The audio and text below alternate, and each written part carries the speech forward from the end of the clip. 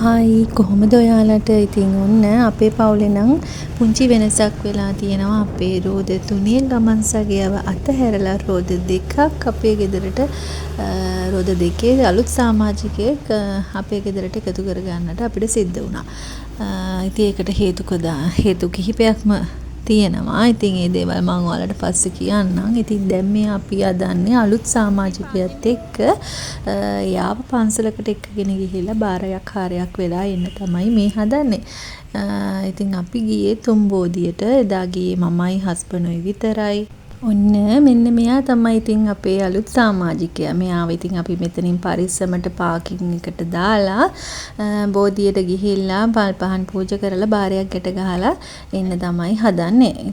කොහොමත් ඉතින් මොන වාහනයක් ගත්තත් ඉස්සෙල්ලාම පන්සලකට ගිහිල්ලා බාරයක් හාරයක් වෙලා පාරට දාන එක තමයි අපේ සිරිත. ඉතින් ඒ විදිහට අපිත් එහෙම හිතලා තමයි මෙහෙම කරන්නේ. ඉතින් ඊට පස්සේ අපි ආවා දේවාලයට ගෙනියන්න රතු මල් වට්ටියක්. මම මල් ටිකක් කඩාගෙන ආවේ. නමුත් මට රතු මල් කඩා ගන්න හම්බුනේ නැහැ. මේ රතු මල් නැහැ. ඉතින් ඒ නිසා රතු මල් වට්ටියක් ගන්න මෙතනට ආවා. ඒත් ඉතින් එතනත් රතු පාට එහෙම මල් වට්ටියක් ගන්න තිබුණේ නැහැ. පස්සේ අපි රතු පාටට යන මල් ටිකක් ගත්තා. අපි එතනට යනකොට 10ට 10:00 විතර ඇති. ඉතින් ඒ නිසා මල් වට්ටි ගොඩක් ඉවර වෙලා තිබුණේ. ඊට පස්සේ අපි ඉතින් කොහොම හරි මේ රතු පාටට යන මල් ටිකක් හොයාලා අරගෙන ගියා. ඉතින් එතන මල් නම් තිබුණා හරිම ලස්සනයි. බලන්න තියෙන විදිහ පොකුරු. ඉතින් හරිම ලස්සනයි. මල් ටික දැක්කම ආසාවෙ බෑ. එතන තිබුණු මල් සේරම අරගෙන පූජා කරන්න තරම් හිතුණා. ඒ තරමටම ඒ මල් ලස්සනයි. ඉතින් දවසක් ඉතින් අපි ආර්ථික වශයෙන් පොහොසත් වෙච්ච දවසක අපිට එහෙම වුණත් කරන්න පුළුවන්. ඉතින් මම අද නම් බුදුන්ට පූජා කරන්න මල් ගෙදරින් කඩාගෙන ආවා. මම මේ රතු මල් වට්ටියක් හොයන්නේ බාරකට ගහන කතරගම දෙවියන්ගේ දේවාලෙට පූජා කරන්න තමයි රතු මල් වට්ටියක් හොයන්නේ. ඉතින් රතු මල් වට්ටියක් හම්බුනේ නෑනේ. ඉතින් මම මේ හින්දා රතු මල් වලට යන රතු පාටට යන මල් ටිකක් අරගෙන මේ වට්ටියක් හදාගන්න තමයි හදන්නේ. එතකොට බාරකට ගහන කාසියක් රතු රෙදි කෑල්ලක් ඒවත් ඕන වෙනවා. මම ඒවත් ගෙදරින් අරගෙන ආවා කහ වතුරෙන් සෝදලා කාසිය. ඉතින් මෙතන මේ කඩවල් වලත් එහෙම ගන්න තියෙනවා කාසි මේ රෙදි කෑලි එහෙම ගන්න තියෙනවා. අවශ්‍ය පාටින් ගන්න පුළුවන්. දැන් ඔය තියෙන්නේ අපි ගත්ත මල් ටික තමයි. ඔතන මල් 5ක් 100යි. ඔය කහපාට මල දාස්පෙතිය මල් වර්ගයේ මලක්. ඒක මලක් රුපියල් 15යි. ඉතින් එන්නකෝ කියන්න ඇයි අපි ට්‍රීවිල් එක දීලා බයිසිකලයකට මාරුනේ කියලා. මගේ හස්බන්ඩ් වැඩ කරන්නේ බත්තර මුල්ලේ. ඉතින් එයා උදේ හවස වැඩට ගියේ ට්‍රීවිල් එකේ. ට්‍රීවිල් එකේ උදේට යනකොට ඉතින් හයර් එකක් දාගෙන යන්න කියලා ආයි හවසට එනකොට හයර් එකක් දාගෙන එන්නයි කියලා එහෙම හිතාගෙන තමයි එයා ට්‍රීවිල් එකේ වැඩට යන්නේ. නමුත් සමහරක් දවස් වලට අපිට උදේට හයර් එකක් ලැබෙන්නේ නැහැ. එතකොට ඔෆිස් යන්න පරක් වෙන හින්දා එයා නිකම්ම යන වෙලාවල් තියෙනවා. සතිය දවස්වල එනකොටත් ඉතින් සමහරක් දවස්වලට බබාලට කියන්නේ අපි ලොකු දුවට. එයාට ඉතින් ගොඩක් වෙලාවට පන්ති එහෙම හවස පන්ති රෑ වෙනකන් තියෙනවා. ඉතින් ඒ තියෙද්දි මට පොඩි කෙනෙක් එක්ක බස් වල රස්තියාදු වෙන්න බැරි හින්දා එයා එන ගමන් වැඩට එන ගමන් දුවව අරගෙන එනවා. ඉතින් එහෙම එන දවසට එයා හයර් යන්නේ අඩුයි. මොකද හයර් එකක් ගියොත් අපිට වෙලාවට එතනට ඒ ගන්න බැරි වෙයි කියන බයට එයා ගොඩක් වෙලාවට හයර් එදාට යනවා හොරයි.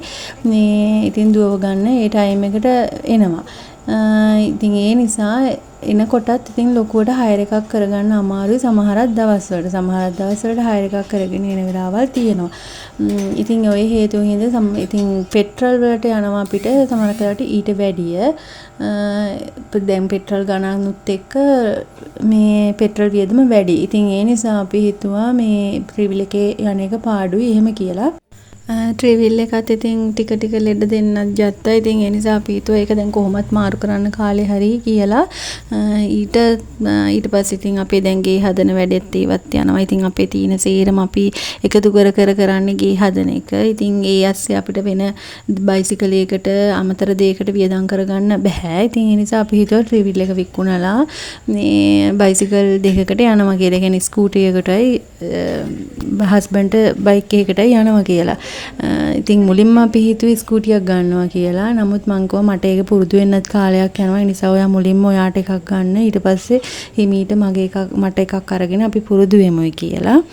ගේ හදන්නත් ඉතින් හස්බන්ඩ් හවුසින් ලෝන් එකක් ගන්න පුළුවන්. නමුත් අපි ඒක ගන්නේ නැතුව කොහොම හරි අතේ තියෙන සල්ලි වලින් කරගෙන බාගෙට හරි කරගෙන යන්න තමයි try කරන්නේ. මොකද ලෝන් එකකට හිර වෙනවා කියන්නේ අවුරුදු 10කට 20කට විතර අපි හිර වෙනවා. ඉතින් එතකොට ඒක අනිවාර්යෙන් අපි මොන දේ වුණත් ඒක ගෙවන්න ඕන. ඉතින් ඒ නිසා එකතන හිරවීමක් වෙනවා වගේ නිසා තමයි අපි හිතුවේ මේ ලෝන් එකකට යන්නේ නැතුව පුළුවන් විදිහට මේ ටික කරගෙන යනවා කියලා. ඉතින් ෆේවිල් එක විකුණපු සල්ලි වලින් අපිට යම්කිසි මුදලක් ඒකට යොදව ගන්න පුළුවන් නිසා අපි හිතුවා මේ වෙලාවේ අපිට කරන්න පුළුවන් දේ ඒක කියලා. ඉතින් ඒ හින්දා තමයි ඉතින් ඒ තීරණයට ගියේ අපි.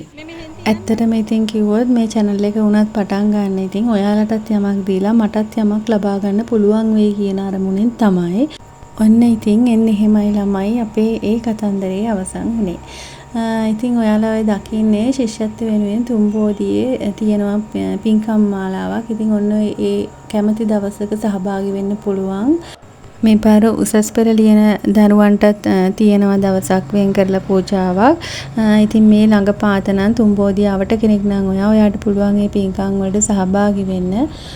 ඔන්න ඉතින් අපි දැන් අර බාරෙත් ගැට ගහගෙන ඔයාලා දැක්කනේ රතු පාටින් බාරයක් ගැට ගහලා තියෙනවා සයිකලේ. ඉතින් මේ බාරෙත් ගැට ගහගෙන අපි දැන් මේ යන්නේ හાર્ඩ්වෙයාර් එකේ මේ සතියට එකතු වෙලා තියෙන බිල ගෙවන්න.